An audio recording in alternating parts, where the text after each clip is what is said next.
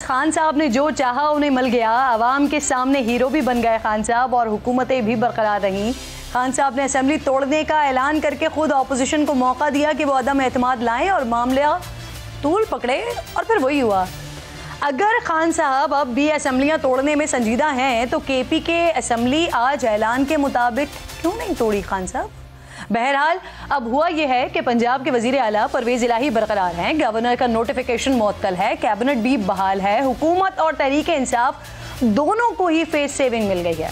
परवेज इलाही तो अपने एक इंटरव्यू में पहले ही कह चुके थे कि असेंबलियां मार्च तक कहीं नहीं जा रही।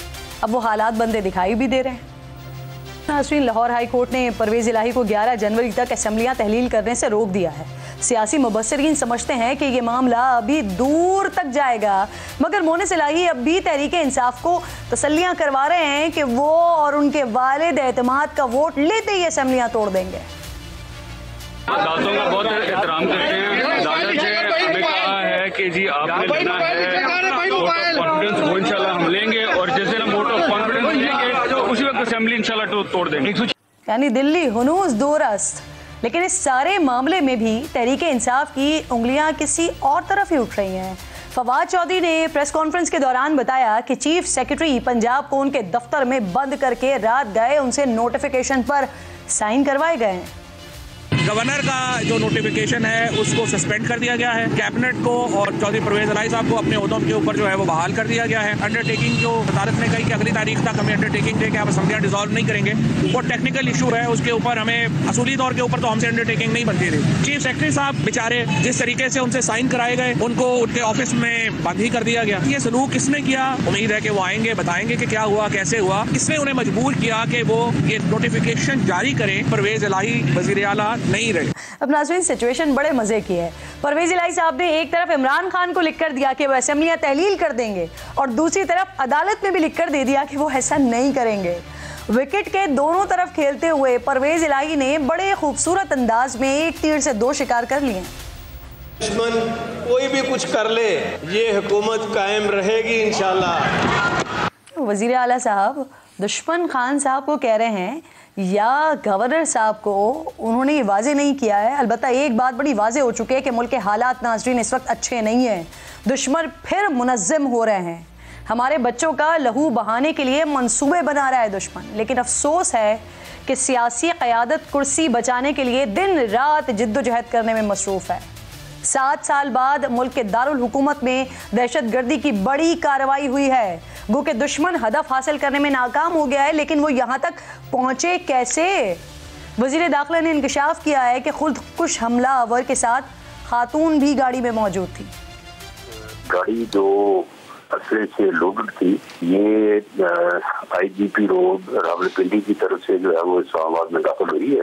गाड़ी की तलाशी ली जा रही थी कि इसी दौरान जो है वो उन्होंने गाड़ी को जो है वो ब्लास्ट कर दिया। गाड़ी जो है इसका कोई हाई वैल्यू टारगेट जो है वो एक्सपेक्ट किया जा रहा है और ये अगर अपने जो है वो टारगेट पे पहुंचती तो शायद ये बहुत बड़ी तबाही का जो है वो बाइस बनती।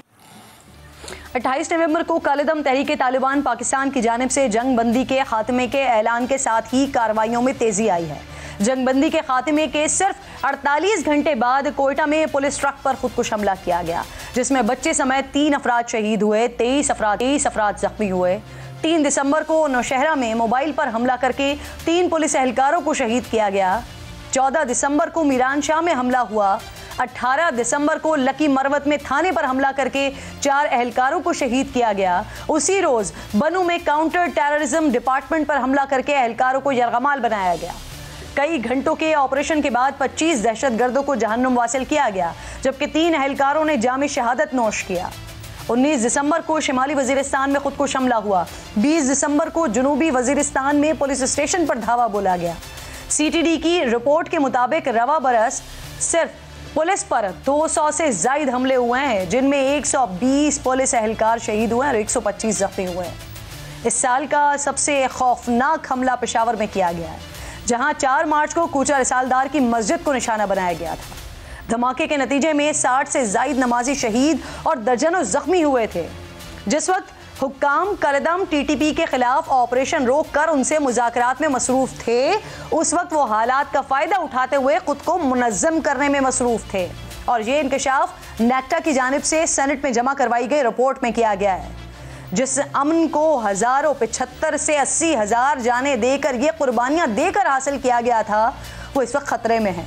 दहशतगर्द शहरे इक़्तिदार तक पहुँच चुके हैं और सियासतदानों का हाल यह है कि मुल्क और अवाम को महफूज बनाने के बजाय अपने इक़्तिदार को महफूज बनाने की तगोदौ में लगे हुए हैं।